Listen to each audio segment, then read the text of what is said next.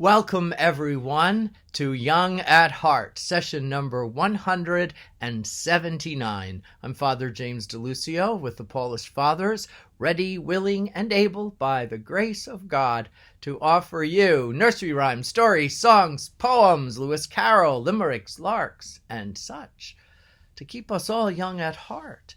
I thought, this being Thanksgiving weekend, the year of our Lord, 2020, I would offer a series over the next 3 events to offer a longer story, one of my favorites, but not my most favorite. This is called The Thanksgiving Visitor by Truman Capote. And let's begin.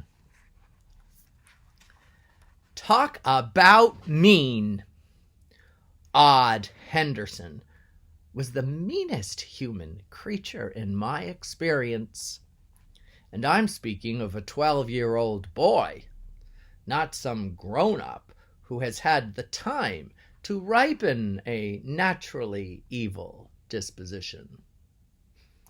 At least, Odd was 12 in 1932, when we were both second graders attending a small town school in rural Alabama.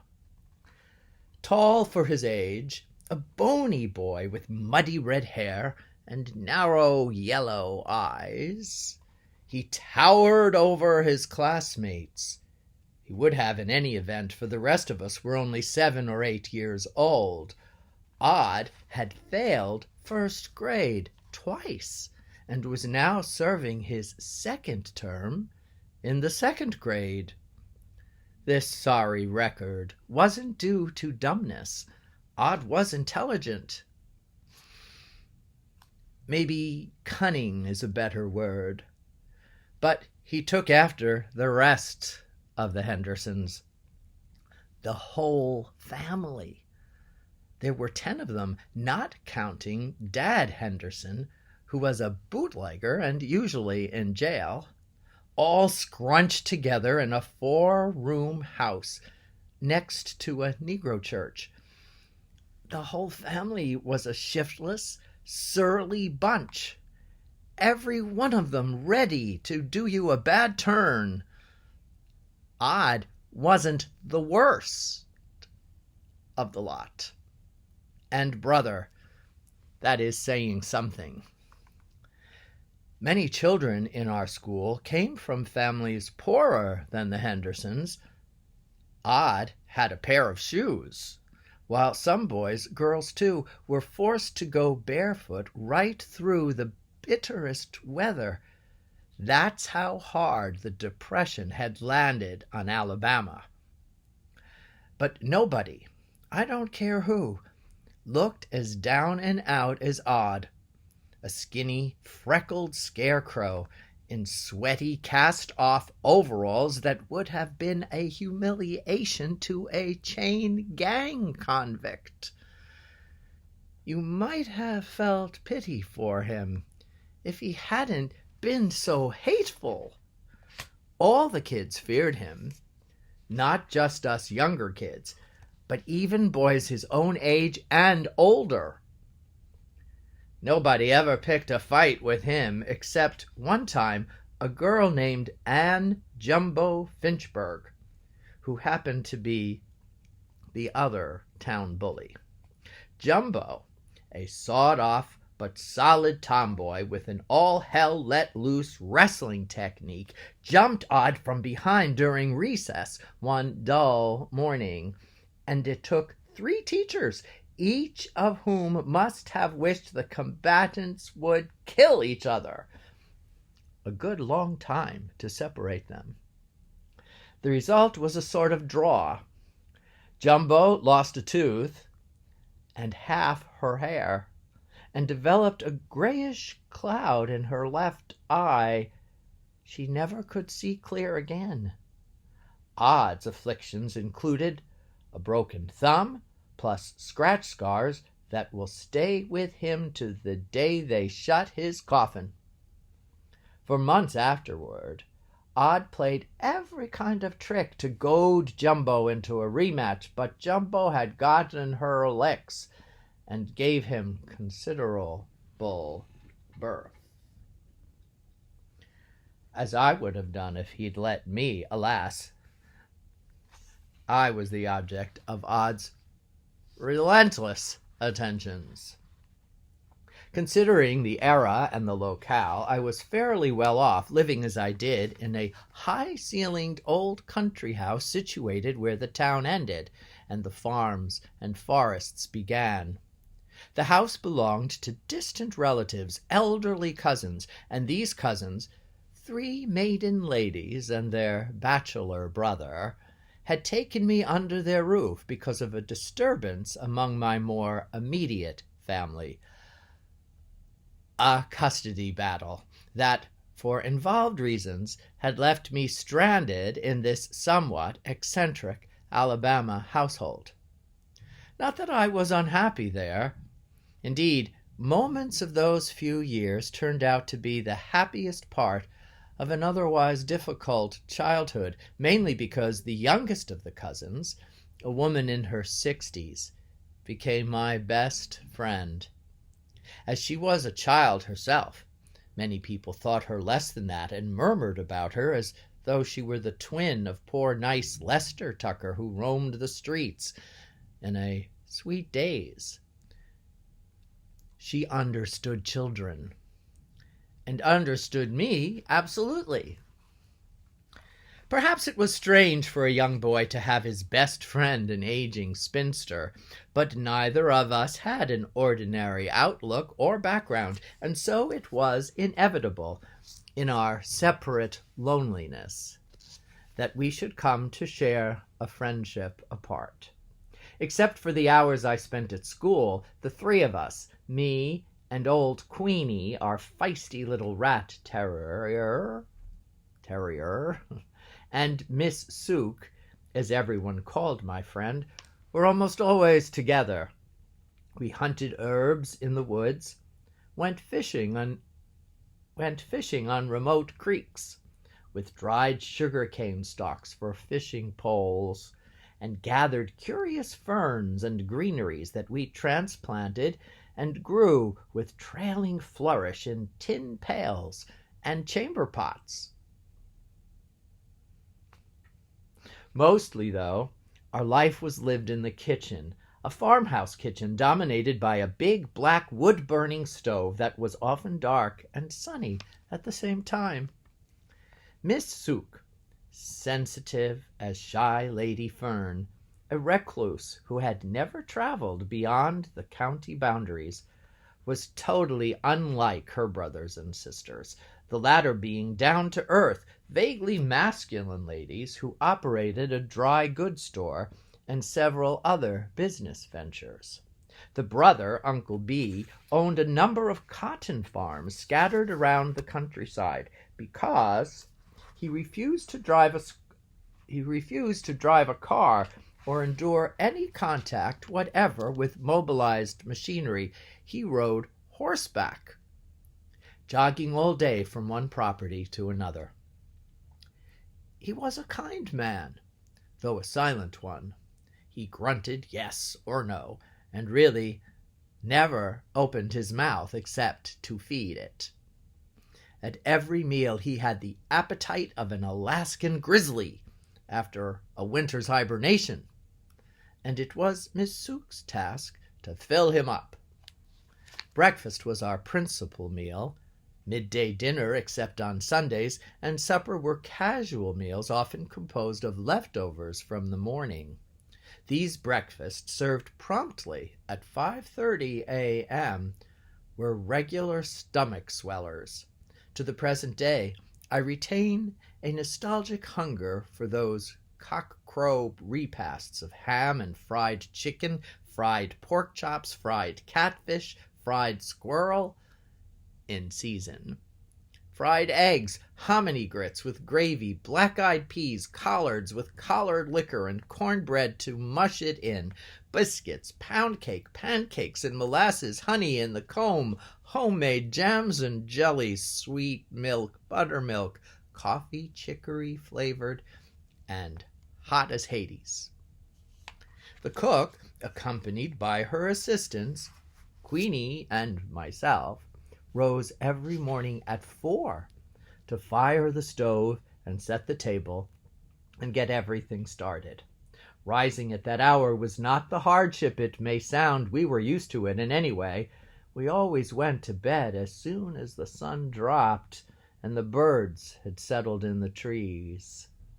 Also, my friend was not as frail as she seemed, though she had been sickly as a child, and her shoulders were hunched. She had strong hands and sturdy legs. She could move with sprightly, purposeful speed. The frayed tennis shoes she invariably wore squeaking on the waxed kitchen floor, and her distinguished face with its delicately clumsy features and beautiful youthful eyes bespoke a fortitude that suggested it was more the reward of an interior spiritual shine than the visible surface of mere mortal health. Nevertheless, depending on the season and the number of hands employed on Uncle B's farms, there were sometimes as many as 15 people sitting down to those dawn banquets. The hands were entitled to 1 hot meal a day. It was part of their wages. Supposedly, a Negro woman came in to help wash the dishes, make the beds, clean the house, and do the laundry. She was lazy and unreliable, but a lifelong friend of Miss Sooke, which meant that my friend would not consider replacing her and simply did the work herself. She chopped firewood, tended a large menagerie of chickens, turkeys, and hogs, scrubbed, dusted, mended all our clothes. Yet when I came home from school, she was always eager to keep me company, to play a card game named Rook, or rush off on a mushroom hunt, or have a pillow fight, or, as we sat in the kitchen's waning afternoon light, help me with my homework. She loved to pore over my textbooks, the geography atlas especially. "Oh, Buddy," she would say, because she called me Buddy. "Just think of it, a lake named Titicaca. That really exists somewhere in the world." My education was her education as well. Due to her childhood illness, she had almost no schooling. Her handwriting was a series of jagged eruptions, the spelling a highly personal and phonetical affair. I could already write and read with a smoother assurance than she was capable of, though she managed to study 1 Bible chapter every day. And she never missed Little Orphan Annie or the Katzenjammer Kids comics carried by the Mobile paper. She took a bristling pride in our report cards. "Gosh, Buddy, 5 A's, even arithmetic. I didn't dare to hope we'd get an A in arithmetic." It was a mystery to her why I hated school, why some mornings I wept and pleaded with Uncle B, the deciding voice in the house, to let me stay home. Of course, it wasn't that I hated school. What I hated was Odd Henderson. The torments he contrived. For instance, he used to wait for me in the shadows under a water oak that darkened an edge of the school grounds. In his hand he held a paper sack stuffed with prickly coggleburs collected on his way to school.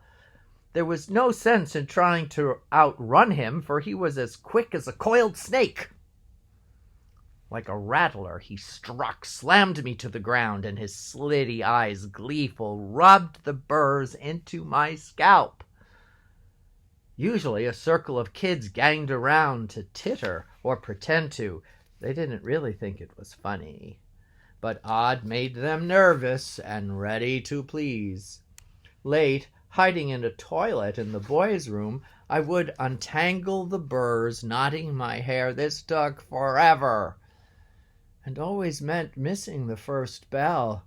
Our second-grade teacher, Miss Armstrong, was sympathetic, for she suspected what was happening, but eventually, exasperated by my continual tardiness, she raged at me in front of the whole class.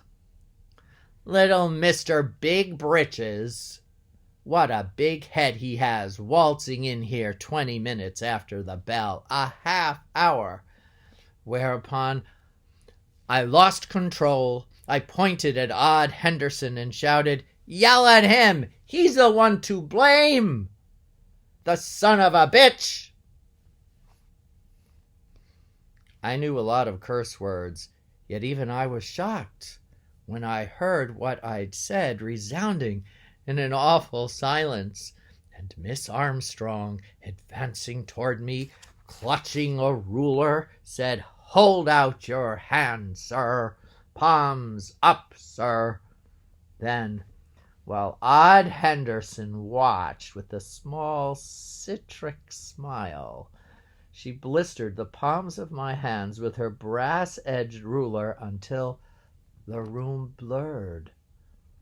It would take a page in small print to list the imaginative punishments Odd inflicted, but what I resented and suffered from most was the sense of dour expectation he induced. Once, when he had me pinned against a wall, I asked him straight out what I had done to make him dislike me so much. Suddenly he relaxed, let me loose, and said, "You're a sissy. I'm just straightening you out." He was right. I was a sissy of sorts, and the moment he said it, I realized there was nothing I could do to alter his judgment, other than toughen myself to accept and defend the fact. As soon as I regained the peace of the warm kitchen, where Queenie might be gnawing an old dug-up dog bone, and my friend puttering with a pie crust, the weight of Odd Henderson would blessedly slide from my shoulders. But too often at night, the narrow lion eyes loomed in my dreams, while his high, harsh voice pronouncing cruel promises hissed in my ears. My friend's bedroom was next to mine. Occasionally cries arising from my nightmare upheavals wakened her, and then she would come and shake me out of an Odd Henderson coma. "Look," she'd say, lighting a lamp, "you've even scared Queenie. She's shaking. And is it a fever? You're wringing wet. Maybe we ought to call Dr. Stone." But she knew that it wasn't a fever. She knew that it was because of my troubles at school, for I had told her how Odd Henderson treated me. But now I'd stopped talking about it, never mentioned it any more, because she refused to acknowledge that any human being could be as bad as I made him out. Innocence, preserved by the absence of experience that had always isolated Miss Zook, left her incapable of encompassing an evil so complete. "Oh," she might say, rubbing heat into my chilled hands, "he only picks on you out of jealousy. He's not smart and pretty as you are." Or, less jestingly, "The thing to keep in mind, buddy, is this boy can't help acting ugly. He doesn't know any different. All those Henderson children have had it hard, and you can lay that at Dad Henderson's door.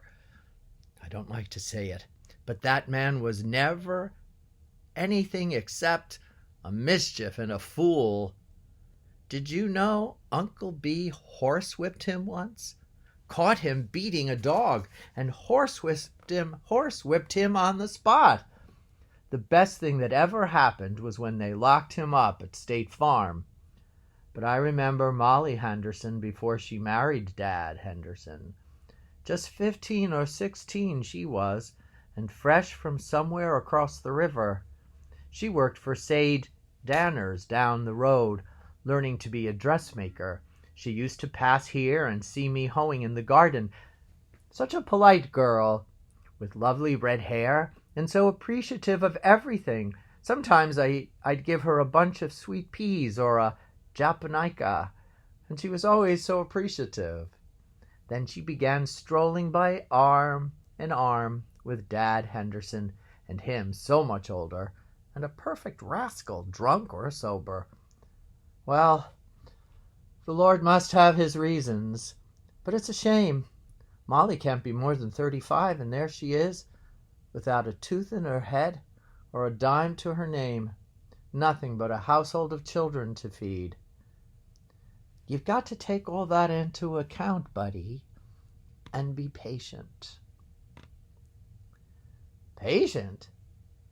What was the use of discussing it? Finally, though, my friend did comprehend the seriousness of my despair.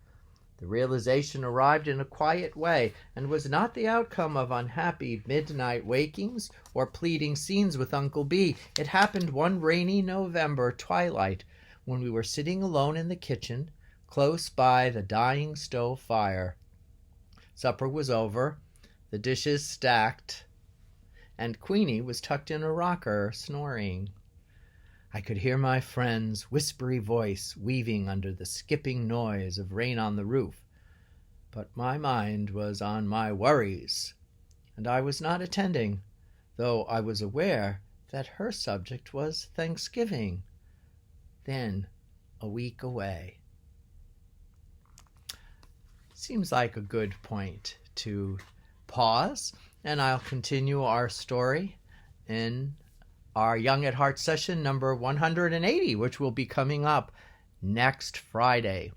For those of you who follow the liturgical calendar, tomorrow begins the season of Advent, a season where we try more and more each year to develop a spirit of patience, the gift of waiting, of delayed satisfaction and gratification, a time when waiting in itself has innumerable gifts to enlighten our hearts, our minds, and our imaginations. So I hope you have a wonderful weekend and begin the Advent season with a readiness, willingness, and ability to really develop those great virtues. I know I need to, more and more, year after year, especially in years like this. But if we're still here, we have a lot to be thankful for, to remembering the blessed and beloved dead, to know that their life continues, life is changed but not ended, to feel their spirit, to have communion with those we have lost, and know that their stories continue through us as we move on our journeys. So I hope you're having a wonderful Thanksgiving weekend and a beautiful Advent. We'll see you next week on Young at Heart. Please offer comments. You don't offer many, but I continue to persevere in hope that these stories are helping you explore that young at heart spirit in your own heart. Have a great night. Good night, everyone. God bless. Bye.